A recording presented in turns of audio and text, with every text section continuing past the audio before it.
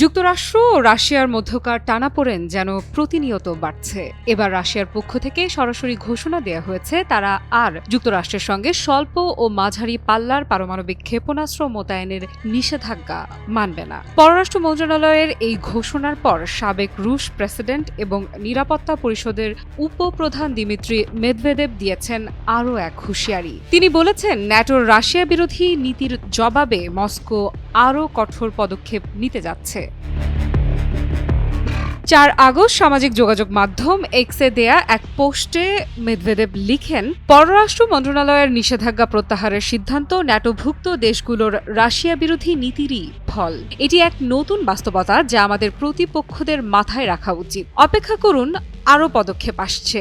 উল্লেখযোগ্য বিষয় হল, মেদভেদেভ অতীতেও রাশিয়ার পারমাণবিক সক্ষমতা নিয়ে অনেকবারই কড়া বক্তব্য দিয়েছেন। তবে এবার তিনি আরও পদক্ষেপ বলতে কি বোঝাতে চাইছেন সে বিষয়ে বিস্তারিত কিছু বলেননি। এই ঘোষণার আগেই বর্তমান মার্কিন প্রেসিডেন্ট ডোনাল্ড ট্রাম্প জানিয়েছেন, মেদভেদেবের যুদ্ধমুখী বক্তব্যের পর তিনি দুটি পারমাণবিক সাবমেরিন উপযুক্ত অঞ্চল অর্থাৎ রাশিয়ার সীমান্তবর্তী এলাকায় মোতায়েনের নির্দেশ দিয়েছেন। এই পাল্টাপাল্টি সিদ্ধান্ত দুই দেশের মধ্যকার কূটনৈতিক ও সামরিক উত্তেজনাকে আরও জটিল করে তুলছে।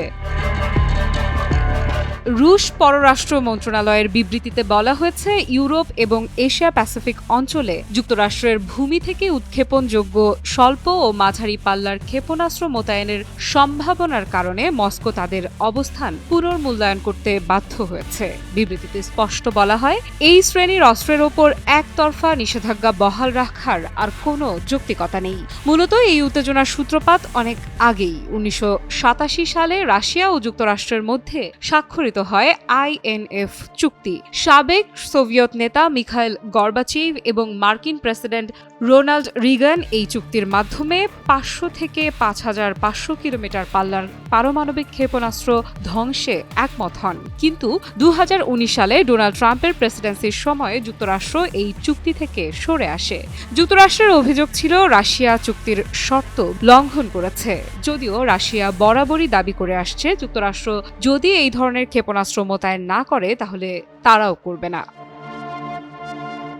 এই পটভূমিতে যখন মেদভেদেভ হুঁশিয়ারি দেন এবং ট্রাম্প পরমাণু সাবমেরিন মোতায়েনের ঘোষণা দেন, তখন পরিস্থিতি আরও জটিল হয়ে ওঠে। রুশ প্রেসিডেন্টের মুখপাত্র দিমিত্রি পেসকভ এর জবাবে বলেন, আমরা মনে করি পারমাণবিক অস্ত্র নিয়ে জনসমক্ষে কথাবার্তায় সবাইকে সতর্ক থাকা উচিত। বসুন্ধরা টিস্যু, অশুদ্ধতার বিরুদ্ধে এক বিন্দুও ছাড় নয়। এদিকে ট্রাম্পের অবস্থানও রাশিয়ার প্রতি আরও কঠোর হয়ে উঠছে। তিনি হুমকি দিয়েছেন, যদি ইউক্রেন যুদ্ধ থামানো না হয় তাহলে রাশিয়ার ওপর আরও নিষেধাজ্ঞা দেওয়া হবে, এমনকি দেশটির প্রধান তেল ক্রেতা ভারত ও চীনকেও চাপে ফেলা হবে। সব মিলিয়ে রাশিয়া যুক্তরাষ্ট্র সম্পর্ক এক নতুন স্নায়ুযুদ্ধের দিকে এগিয়ে যাচ্ছে বলেই আশঙ্কা করছেন আন্তর্জাতিক বিশ্লেষকেরা। যেখানে একদিকে পারমাণবিক শক্তির প্রতিযোগিতা বাড়ছে, অন্যদিকে পুরনো কূটনৈতিক চুক্তিগুলোর ওপর আস্থা ভেঙে পড়ছে। আফ্রিদা ইফরাত, নিউজ 24।